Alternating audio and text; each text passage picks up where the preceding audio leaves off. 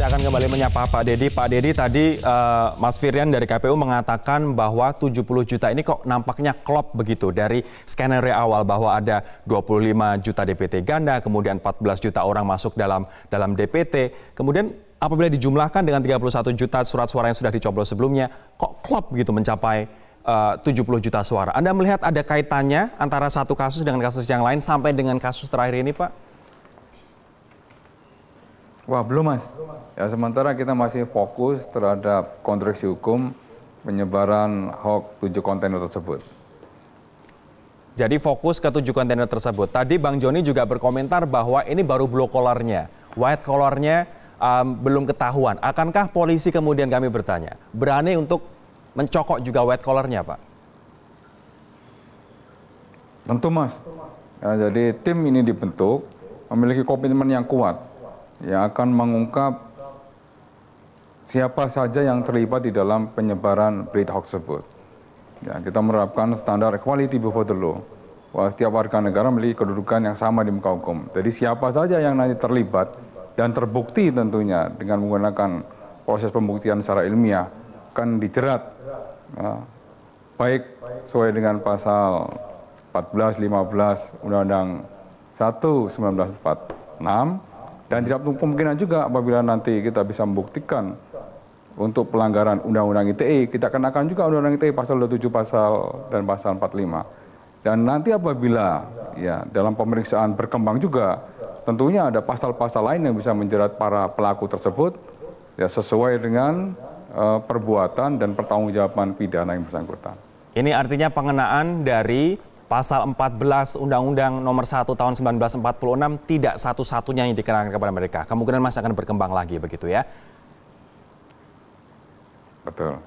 Bang Joni, kalau misalnya Anda melihat jaminan dari Pak Dedi ini, apakah Anda optimistis bahwa mereka akan mampu menguak sampai dengan akar-akarnya? Setidak-tidaknya semangat dan sikap tegas yang disampaikan oleh kepolisian memberikan rasa nyaman dan tenang kepada masyarakat. Ya. Kita perlu melihat yang lebih luas sedikit ya. Kepolisian, penyelenggara pemilu ya perlu mewaspadai bahwa ada juga strategi-strategi tempur yang disebut dengan strategi merampok rumah yang sedang terbakar. Kalau kita melihat peristiwa-peristiwa yang terjadi ini, Indonesia ini kan dalam keadaan damai dan aman-aman. Politik kita juga berjalan secara dinamis. Kita tidak sedang terbakar. Tapi untuk itu perlu dibakar. Untuk membuat peluang merampok kekuasaan, merebut kekuasaan itu bisa diperoleh. Nah ini harus diwaspadai. Jangan sampai usaha-usaha ini kalau dilihat dari hoax, fitnah, kebohongan, teror, baru saja pagi tadi teror. Ini dalam rangka membuat destabilisasi, instabilitas politik kita, ya meneror Indonesia seolah-olah kita sedang terbakar dan merampok. Hal ini perlu diwaspadai, tidak saja di dalam konteks untuk pembuktian hukum, tapi untuk menjaga Kamtipmas termasuk situasi politik. Ya, ini harus dijaga dengan baik. Tujuan besarnya, grand design-nya apa? Kenapa Indonesia harus dibakar terlebih dahulu? Kita lihat juga hasil-hasil survei ini kan tidak beranjak, agak stagnan. Perlu ada strategi-strategi khusus untuk meningkatkan elektabilitas. Tapi begitu terbuka, terakhir adalah indikator Bang yang mengatakan jaraknya adalah 2% antara 01 dengan 20% antara 01 dengan 02. Ya, apapun juga, tapi kalau kita lihat dari sisi trend survei, trend itu relatif stagnan. Yang satu sekitar 30%, 28 sampai 34%, paslon 02, paslon 01 52 sampai 54%, dia berada di situ.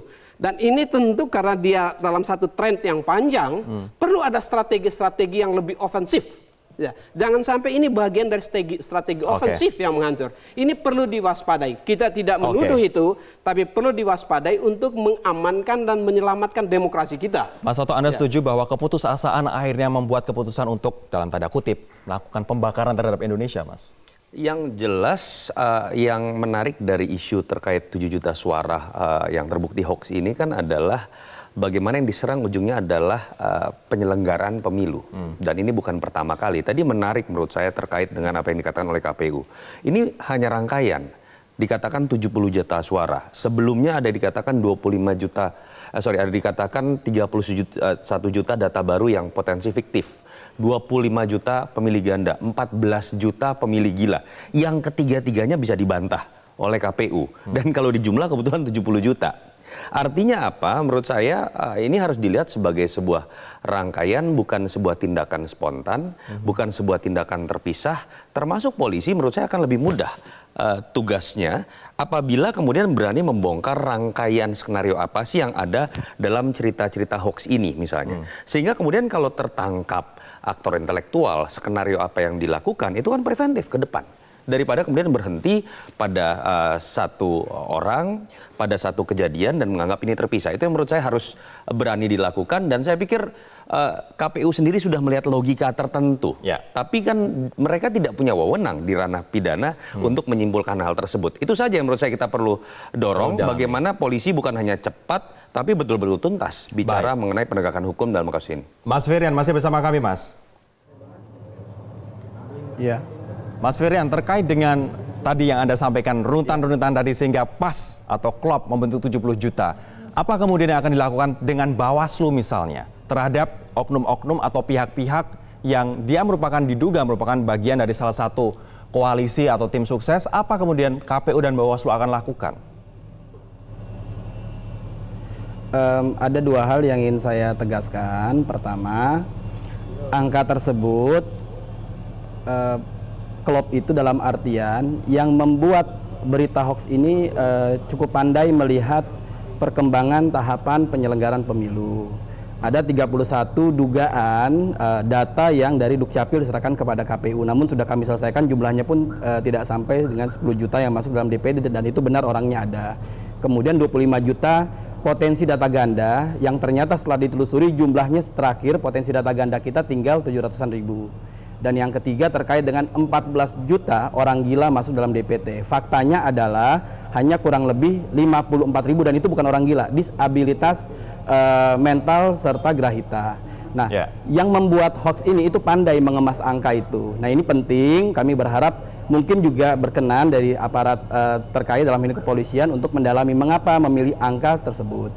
Yang kedua, kami juga perlu menegaskan bahwa yang bersangkutan bukanlah pimpinan dari tim sukses atau Badan Pemenangan Nasional Paslon 02. Badan Pemenangan Nasional 02, ketuanya Bapak Joko Santoso. Tentunya kita sama-sama mengetahui beliau adalah negarawan. Dan itu bukan. Maka dalam dokumen yang kami miliki, bukan orang tersebut yang menjadi pimpinan dari tim sukses Paslon 02. Baik, kita harus jeda terlebih dahulu. Nanti kita akan lanjutkan kembali sesaat lagi pemirsa dengan informasi dan juga dengan pendalaman yang lebih jauh lagi. Kami akan kembali sesaat lagi.